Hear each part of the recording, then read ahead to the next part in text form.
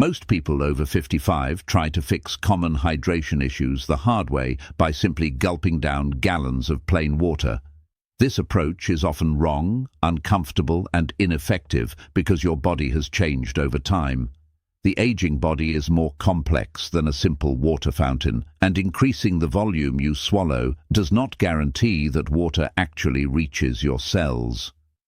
True hydration is about optimizing fluid movement throughout your body, a concept deeply rooted in physiotherapy research on fluid dynamics.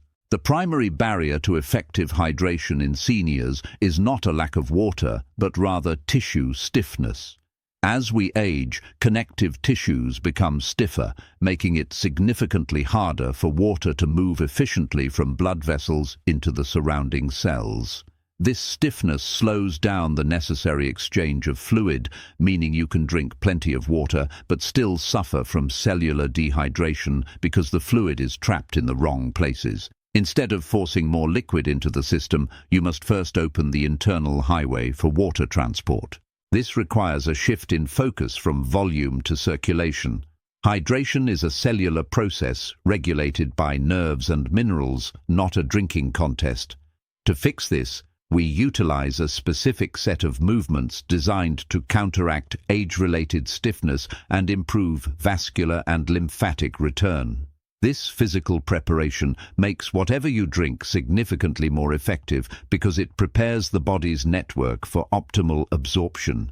It starts at the very bottom of the circulatory system.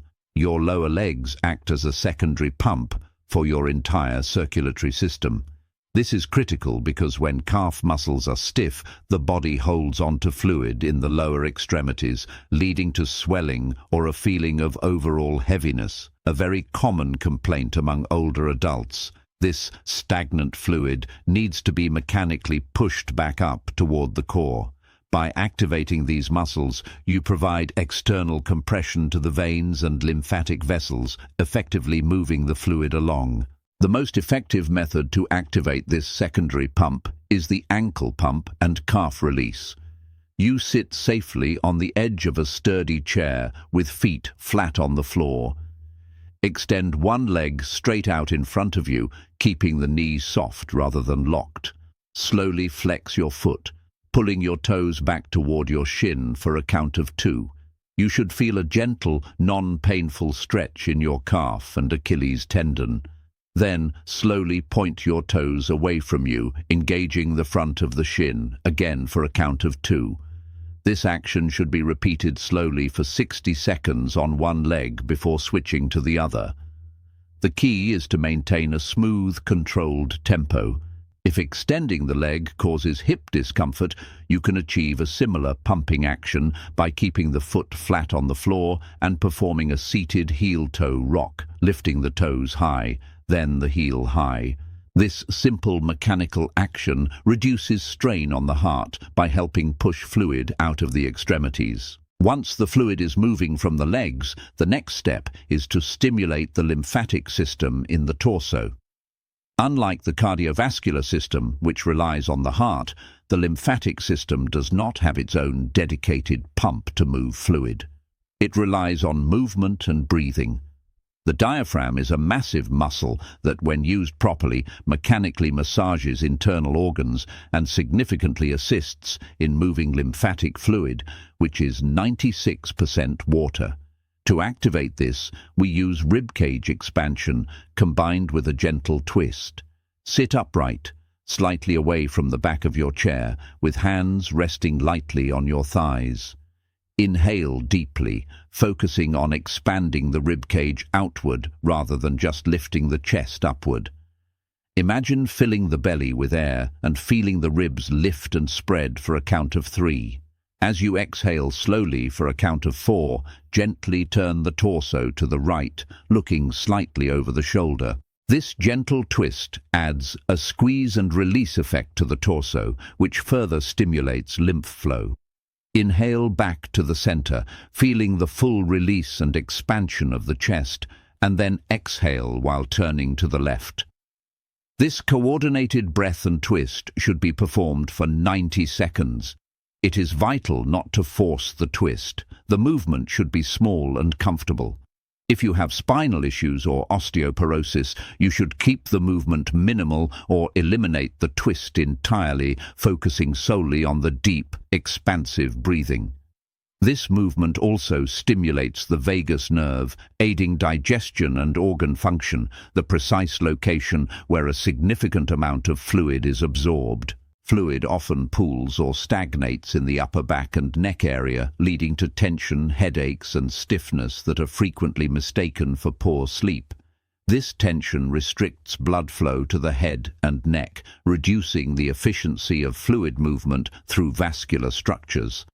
To release this, we use the shoulder blade squeeze. Sit tall with feet firmly on the floor and raise your elbows out to the side, bending your arms to a 90-degree angle with palms facing forward. Slowly squeeze the shoulder blades together as hard as comfortably possible without hunching the shoulders up toward the ears.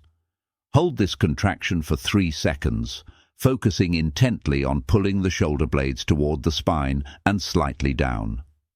Release slowly. Repeat this for 60 seconds. This improves posture and relieves the tension that traps fluid in the upper body. With the body mechanically primed for circulation, we must address the fuel itself. A major myth is that plain water is the ultimate hydrator for seniors. This is often incorrect because hydration relies on a delicate balance of electrolytes, specifically sodium and potassium, which regulate water inside and outside the cells. As we age, changes in kidney function and a reduction in total body water make this balance harder to maintain. Without proper mineral balance, the water you drink often passes right through you without helping your cells. The first nutritional fix addresses sodium. While excessive salt is harmful, a minimal strategic amount is therapeutic and fundamental for cellular water transport. Your body often needs a tiny amount of unrefined salt to help water cross into cells efficiently via a mechanism called the sodium-glucose cotransporter. This pulls water into the intestines for rapid absorption. The Salt Smart Water Boost involves adding a tiny pinch, about 1/8 to 1/4 teaspoon maximum, of unrefined sea salt or pink Himalayan salt to your first large glass of water in the morning. These unrefined salts contain trace minerals like magnesium and calcium that aid electrolyte balance, unlike highly processed table salt. This simple change transforms plain water into a cellular delivery system, preventing it from being immediately flushed out. However, if you have been explicitly advised by a doctor to severely restrict sodium for conditions like heart failure or kidney disease, do not implement this without approval. While sodium works on the outside of cells, potassium works diligently on the inside to regulate and maintain fluid volume. Most seniors are deficient in potassium, which makes retaining water within the cells difficult and contributes to high blood pressure. Low potassium levels can lead to muscle cramps, heart palpitations, and fatigue, symptoms often mistaken for general aging. To fix this, you need a potassium power swap. The goal is to swap a low-potassium processed snack for a potassium-rich whole food twice a day. While bananas are the famous option, they actually contain less potassium than many other choices per serving. Superior options include half an avocado, which provides over 350 milligrams of potassium and healthy fats, or a cup of plain yogurt, which offers both electrolytes and protein. Other excellent sources include white beans, spinach, or sweet potatoes. Aiming for 300 to 500 milligrams of extra potassium per day from these foods helps restore the intracellular balance necessary for hydration. The final and perhaps most critical component of senior hydration involves the brain's thirst mechanism. The most dangerous mistake seniors make is ignoring the body's changing signals or falling into the set schedule trap.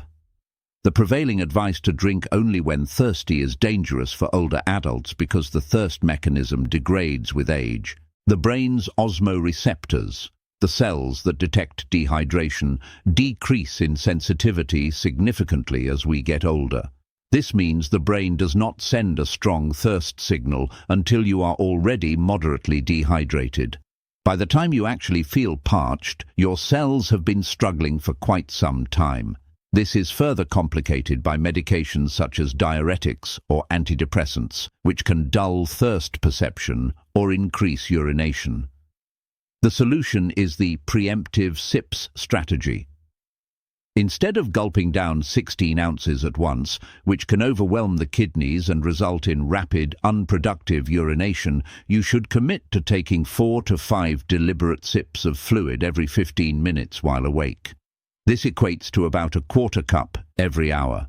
This constant, small influx of fluid is absorbed much better by the stomach and intestines than large volumes. It keeps absorption pathways working optimally and prevents the flush effect. This strategy bypasses the unreliable thirst signal entirely and prevents the dehydration spiral before it begins.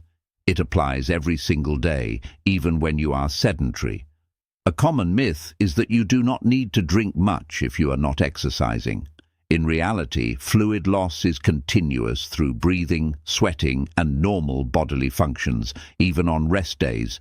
If you feel sluggish or foggy on a quiet day, it is often a subtle sign of mild dehydration. Another common concern regarding fluid intake involves coffee and tea. Many seniors believe these beverages dehydrate them and therefore should not count toward their daily intake. Modern research indicates that while caffeine is a mild diuretic, the fluid volume in a cup of coffee or tea largely offsets this effect.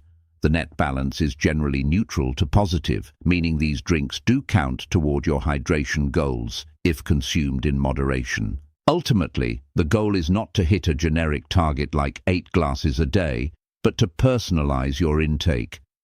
A better target is to drink half your body weight in ounces of fluid per day. For example, a 150-pound person should aim for about 75 ounces. The most reliable gauge of success is the color of your urine, which should be a pale straw color. Clear urine can indicate overhydration and mineral loss, while dark yellow indicates concentration. By combining mechanical activation to reduce stiffness, correcting mineral balance with salt and potassium, and adopting a sipping strategy that outsmarts a fading thirst signal, you create a hydration routine that actually works for the aging body. If you know someone over 55 who struggles with fatigue, leg cramps, or brain fog, send them this video. And if you want more simple, science-backed ways to stay healthy and independent as you age, hit that red subscribe button so you don't miss the next one.